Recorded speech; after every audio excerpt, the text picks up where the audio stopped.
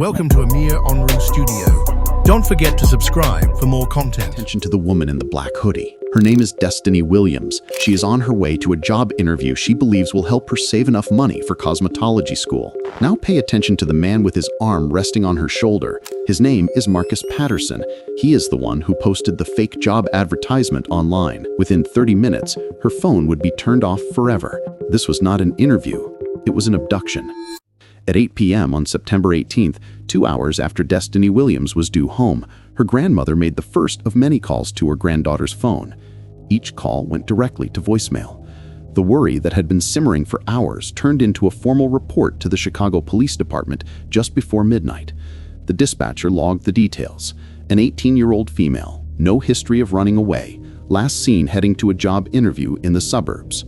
To the police, the initial facts fit a familiar pattern for someone her age, and the case was initially handled as a potential runaway. But the official classification stood in stark contrast to the person Destiny Williams was. Raised in the South Side in Inglewood, she was the steady hand in a fractured family. While her mother battled addiction and her father served a sentence at Stateville Correctional Center, Destiny lived and cared for her grandmother. She was known as responsible and quiet, a recent high school graduate who worked part-time at Walmart. Her focus was singular: save enough money for tuition at Pivot Point Academy to study cosmetology. Her Instagram page wasn't for socializing, it was a portfolio of hair and makeup tutorials, a testament to her ambition. Her family and friends knew she would not just leave. While police processed the paperwork, Destiny's best friend, Janae, began her own search, posting Destiny's picture across social media and messaging anyone who might have seen her. Her grandmother insisted to the responding officers that Destiny was not a runaway. She was a planner, a dreamer who was on the cusp of building the life she wanted. She had an interview with a company called Elevate Marketing Solutions. She had an address. She had a name.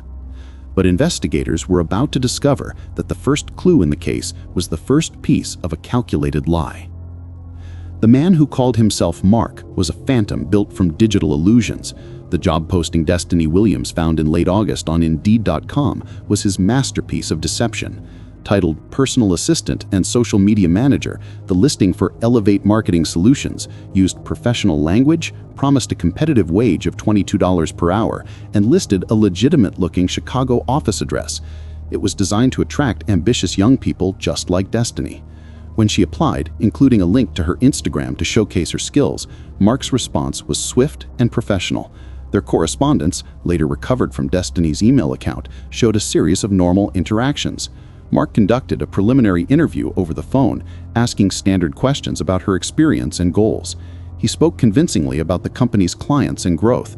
He built a foundation of trust, brick by digital brick. When it was time for an in-person interview, he had a ready-made excuse for the location. Their main office was undergoing renovations, so they would meet at a satellite office in a Calumet City executive suite building. He sent her the address and arranged to pick her up from a nearby gas station, explaining that the office entrance was tricky to find. It was only after her disappearance that investigators began pulling at the threads of this story. They found that Elevate Marketing Solutions had no business registration, no employees, and no clients. The professional website her friend found was a digital ghost created just a few months prior. The executive suite building on Torrance Avenue had no record of the company ever being a tenant. The entire operation was a carefully constructed trap. Police would soon discover that Destiny was not the first woman Mark had tried to lure with this scheme, but she was the first one who hadn't walked away.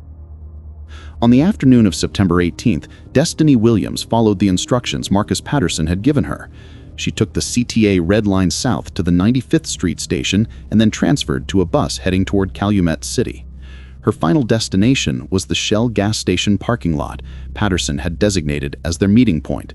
At approximately 2:47 p.m., the station's security cameras captured Patterson's black Nissan Altima pulling in. A few moments later, the footage showed him and Destiny walking together across the asphalt. It was the last time any camera would record her. Her grandmother expected her home by 6 p.m. By 8 p.m., after unanswered calls went straight to voicemail, a deep sense of dread had set in. She contacted the Chicago Police Department and filed a missing persons report. The department, however, initially classified the case based on the victim's age and the lack of any immediate signs of foul play. Destiny Williams, 18, was officially considered a runaway. This procedural decision, while standard, created a critical delay. The investigation did not begin with the urgency of an abduction. Meanwhile, Destiny's digital footprint had come to an abrupt end.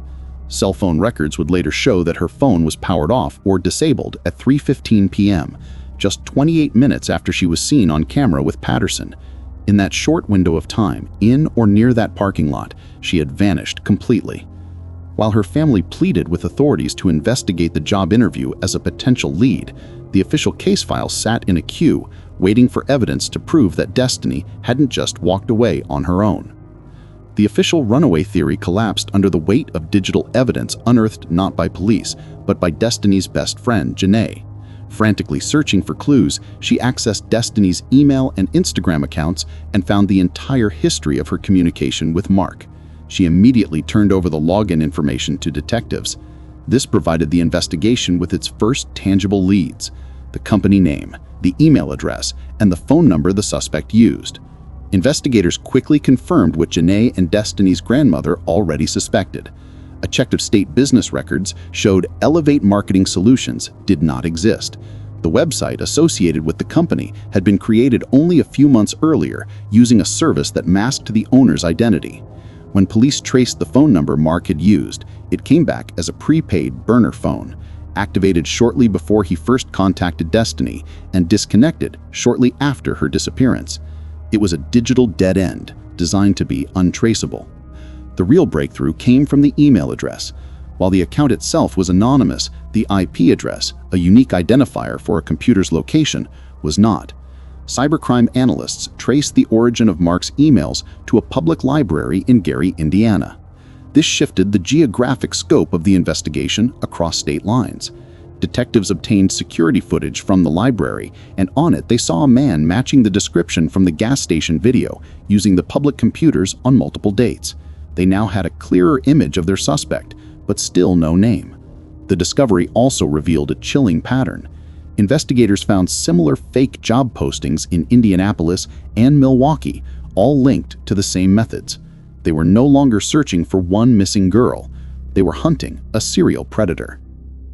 While the digital trail pointed investigators toward Indiana, the most critical clue came from the physical world, the gas station parking lot in Calumet City. Detectives meticulously reviewed hours of security footage from every available angle, searching for the vehicle the suspect had used.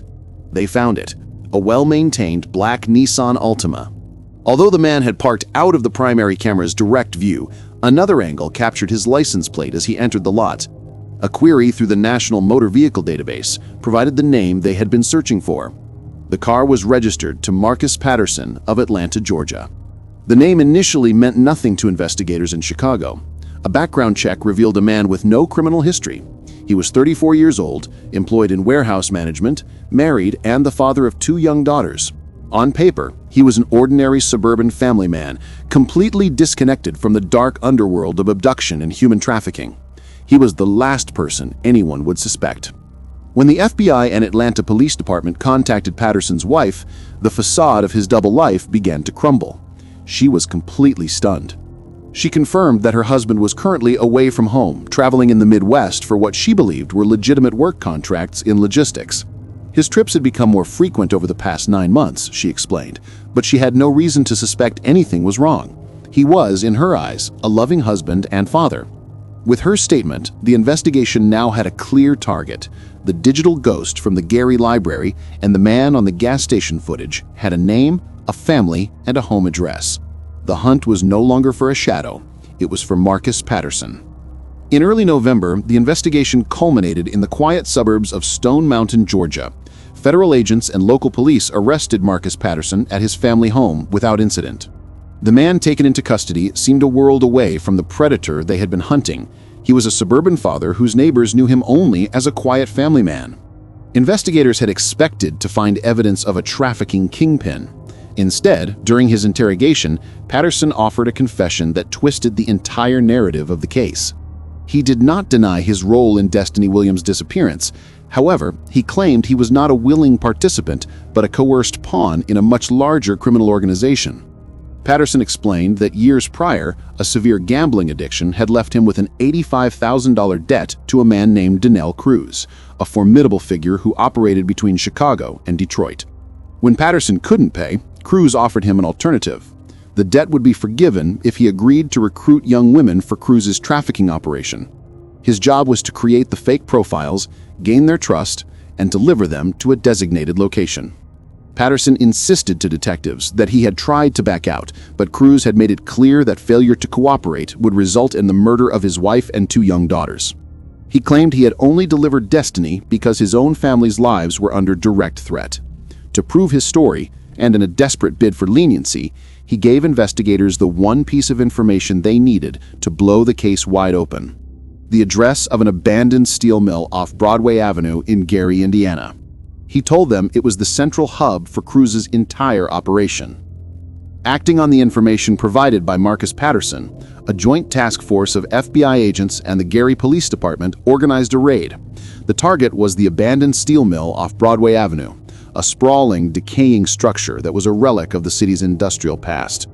In late November, tactical teams converged on the location. They breached the building and found a fully operational human trafficking hub hidden within the rusting shell of the factory. The conditions were grim, designed to hold people against their will. Inside, law enforcement found and rescued 7 young women. They were between the ages of 18 and 23 from various cities across the Midwest, all lured by similar false promises. The discovery was a major victory for the task force, confirming Patterson's confession about Donnell Cruz's criminal enterprise and leading to the immediate rescue of multiple victims. The rescued women were taken to a secure facility to receive medical care and begin interviews with victim specialists.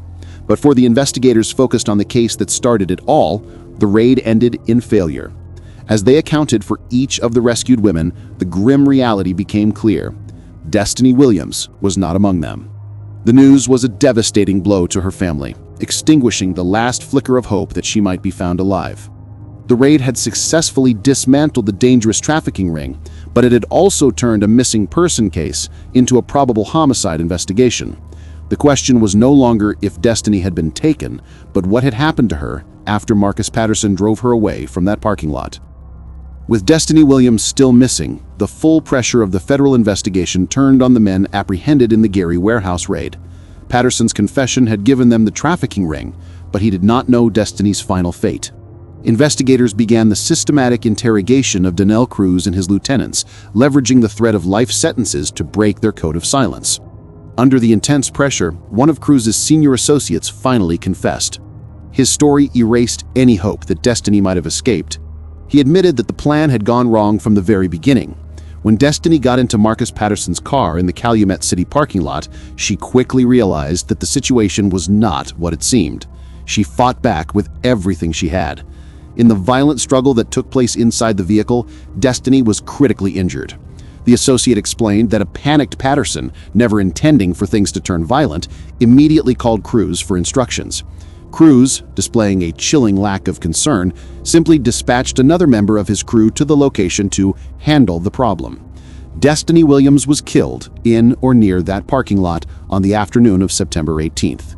The confession provided the horrifying how and why of her disappearance, confirming she had been murdered within minutes of being abducted. But it left one final critical question unanswered, both for the investigators and her grieving family. Where was her body? Guided by the detailed confession from Donnell Cruz's associate, authorities launched a search in early December. The search area was a desolate stretch of woodland off Interstate 94, just across the state line between New Buffalo and Bridgeman, Michigan. It was there, nearly 3 months after she vanished from the gas station parking lot, that investigators found the body of Destiny Williams.